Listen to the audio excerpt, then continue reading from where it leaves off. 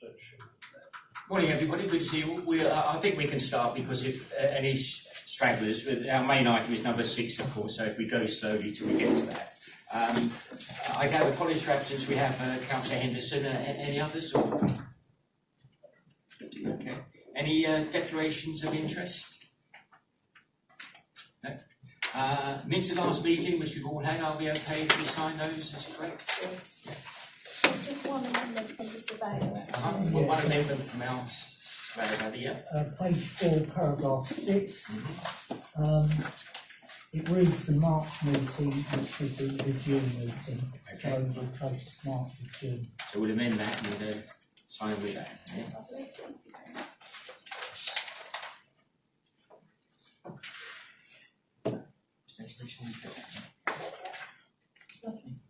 The agenda, it doesn't matter. Then our next item, report of our Surveyor. Yeah, thank you very much. Good morning, everyone. I'm delivering a report for the quarter to March 2019 regarding the activities of the crematorium. The day-to-day management responsibilities are held with the council, and the management of the crematorium is carried out on behalf of the council by Enable Leisure and Culture. Specifically looking at the past 3 months from January through to March of this year. Refer you to Appendix A, which is the comparative figures for cremations. I've actually got an update. I can report that there were 175 cremations in February in comparison to 199 last year. So we've had a slight decrease in the first 3 months of this year. That said, I believe that we are a 2% increase on up to January from in comparison to this time last year.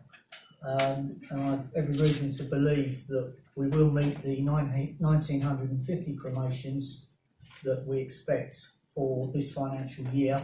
We may even slightly exceed that. So there's no need for concern regarding the number of cremations. Can I interrupt just for a moment? Yes. We've got somebody filming us. I think it ought to be announced. Is that appropriate? We do welcome and accept recording of the meeting, so that's absolutely fine. But I wondered if our people around the table who might not have known that it was happening should have been told. Okay. Thank you. So this is a resident from Merton who advised us this morning that he's been recording all of the Merton meetings and that he's going to record this public meeting. Okay, I don't mind that. I just thought that people, I knew because I was first one in, but I don't think anybody else might have been aware. Chairman, do you want, or Surveyor, do you want questions as we go along or at the end? Questions if we go along, if you would, okay. please. Just generally, on these figures, we've discussed them before. There is a trend towards a higher number of people going for cremation. And our figures, your figures suggest that's happening here. But if you take, say, London generally, or another area, if you're not going to pick, is the trend more pronounced? In other words, what I'm saying to you is that sometimes trends average out, and sometimes trends can be more quickly in one area after perhaps a gap. Specifically with burial, if you've got a high ethnic population, there is a demand more for burials. So therefore, it's around about 70% cremations nationally and 30% burial. But in certain parts of London, that's slightly increased with demand for burial. Thank you. That's interesting, but it must vary depending on what ethnic background. Of course, yes. The Hindu population. Yes, and Sikh, they favour cremation. Which therefore in Wandsworth with a large Indian population and Tooting. Yes, there are, which would be reflected perhaps in our figures and figures in Putney Vale or maybe Lambeth and thereabouts geographically. But when you have a high Muslim and to a lesser extent Roman Catholic, they still favour burial. Yeah, so in our deliberations, of course, it's important to sort of know these things in terms of planning for any increase in capacity or scope, as we discussed recently. Okay, thank you very much for that. Thank you. If I can move on to 3.1, business level activity. As I usually do, I'd just like to run through some of the pertinent points from the last inspection of the crematorium. So if you look at your pink set of papers, on page 1, capital budget was agreed for some refurbishment of pathways, and I can report that they will be carried out this spring. So that's been brought forward a little bit from summer to spring.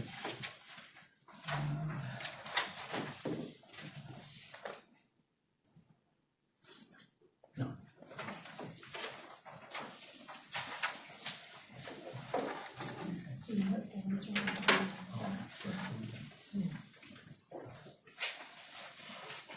It's been brought to my attention, this is an exempt item, so unfortunately I can't run through the different stages of the last inspection.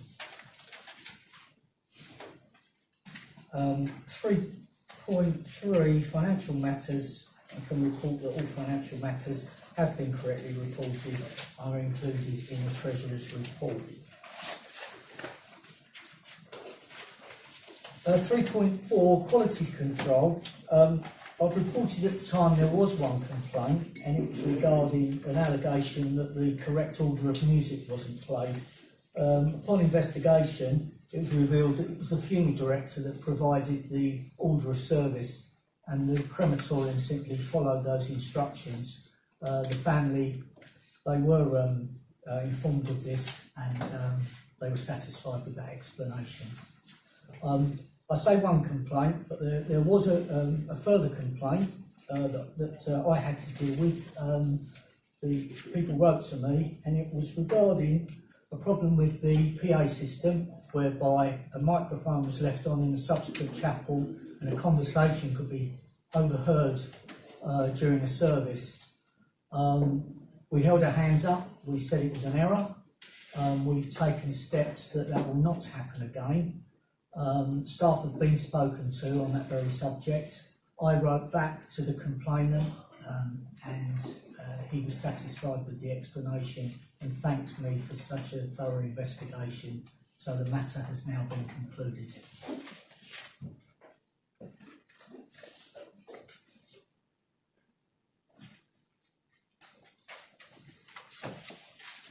I need to move on from employee matters because they are in the exempt report. 3.6, the customer statistics have been reproduced as required. 3.7, I'm very pleased to say that there were no reportable health and safety issues in the previous 3 months. And I'd like to draw your attention to Appendix 3, which is the action plan.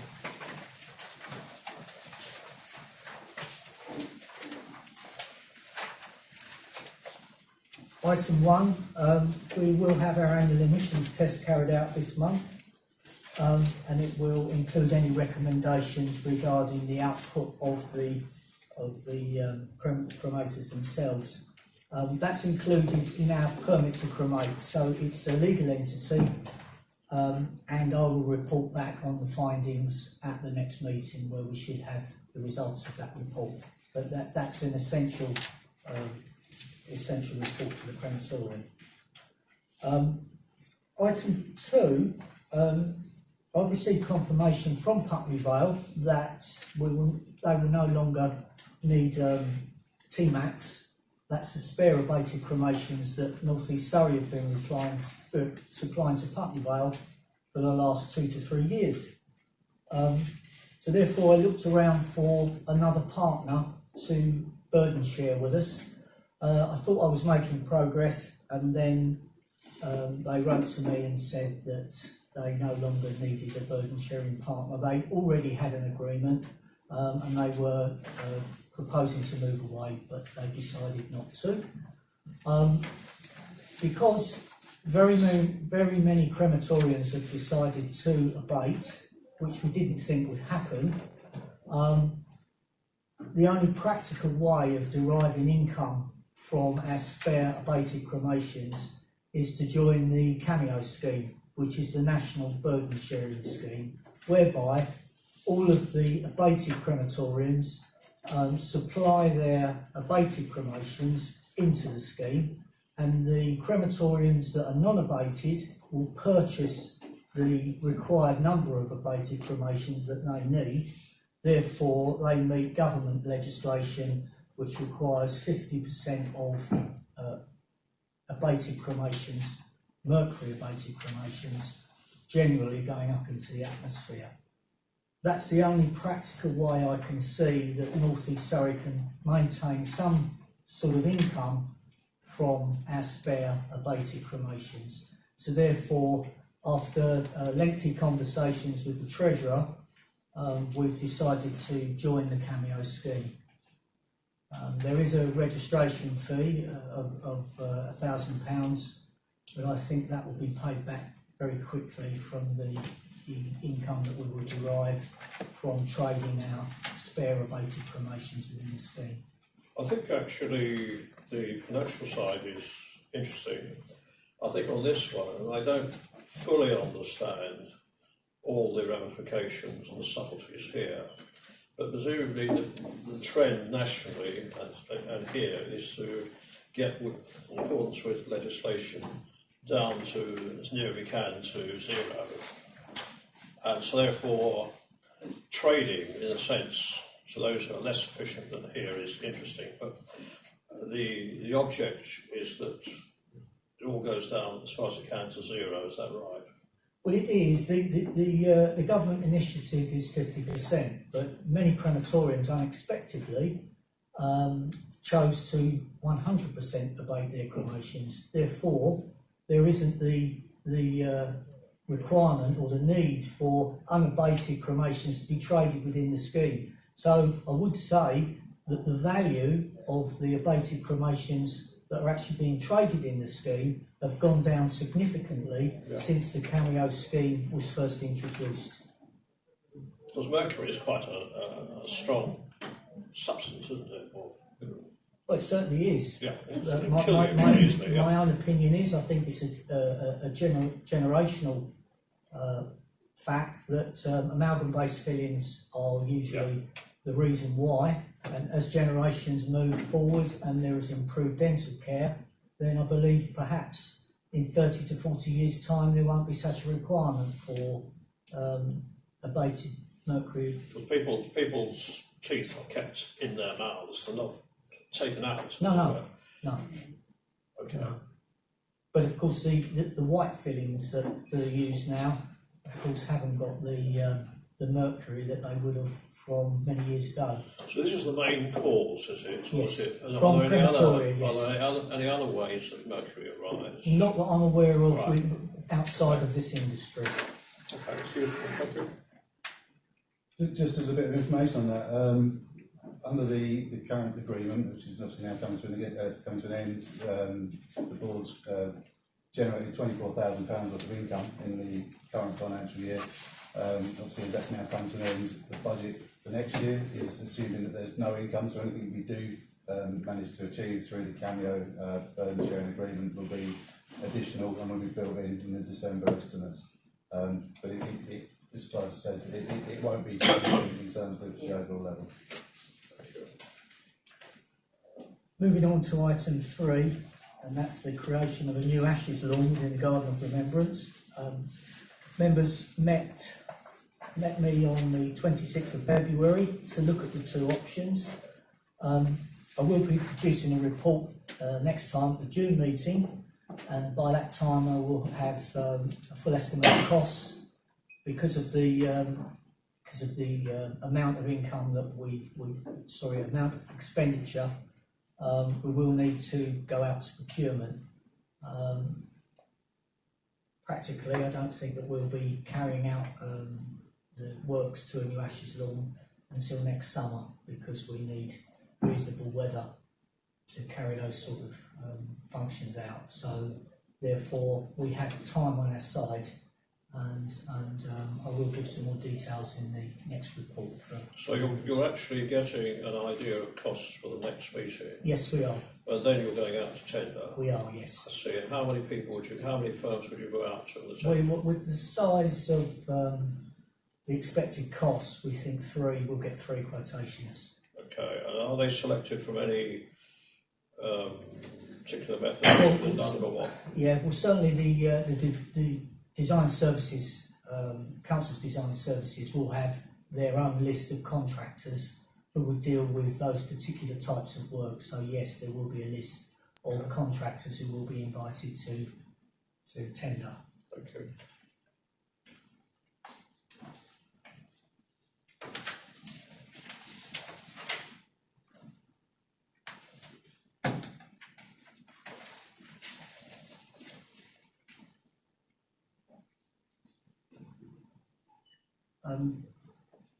As you're probably aware, the Treasurer and I have an exempt report to present to you at the end of this meeting, and part of that will relate to the Avenue Ashes lawn as well. So we will talk to you about that. Are there any questions on items 4, 5 and 6? As I've got no comment at the moment. I was interested in item 5, whole focus group meeting with funeral directors. Well, that's very valuable because that's held biannually, and we actually go out to the funeral directors and we talk to them about what we're delivering to them. They are our major stakeholder, and we need to know whether or not we're doing things good, bad, or indifferent. We used to hold a focus group meeting at the crematorium, but unfortunately, many funeral directors decided not to attend. So therefore, we didn't really get what we intended to do, and that's get full feedback. So therefore, we now go out to funeral directors and we ask them a number of preset questions, and then just get a general flavour of how we feel that we're performing. If you relate that to the figures, you can see that the crematorium has increased their throughput of cremations, so therefore we believe that's a valuable tool. Of course, funeral directors are a bit under the spotlight, aren't they, at the moment, about costs and things like that. Yes. And I think most people would welcome that.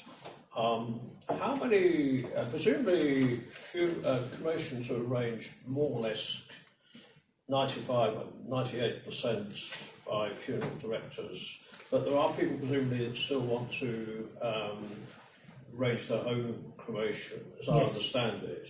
Now, can we actually cope with that here, or? Yes, we can. And how often does that happen? Oh, I've got to say it's minimal. Barbara would correct me, but I think you've got to take emotion into account.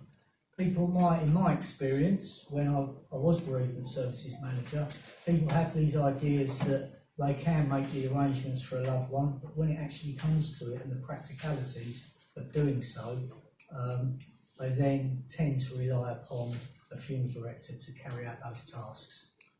And I think we've discussed this ages ago.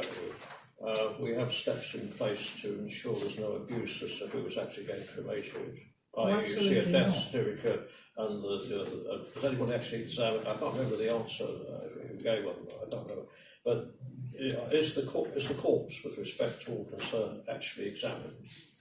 Well, it would be by the attending doctor, and then, of course, the medical referee. The doctor who has attended would examine the corpse, and the necessary paperwork would be completed.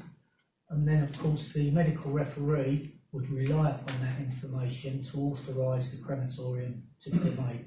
It's rather a robust system, and in fact that was enhanced after the antics of Harold Shipman all those years ago, when there was a lengthy Shipman report and the cremation regulations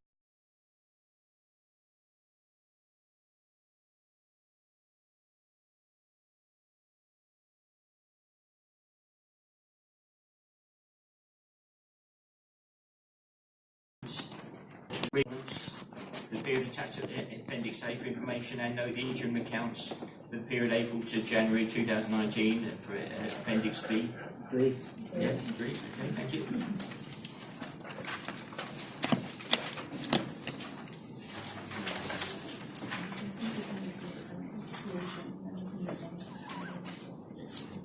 We're now going to move on to our last item, which is the exempt joint report of the Treasurer and Surveyor on the potential acquisition of new land, for which I would have to propose the following motion: that the public be excluded from the meeting for the following items of business on the grounds that they involve the likely disclosure of exempt information as defined in paragraph 3, schedule 12A of the Local Government Act 1972. We agree to that? Yes. Someone doesn't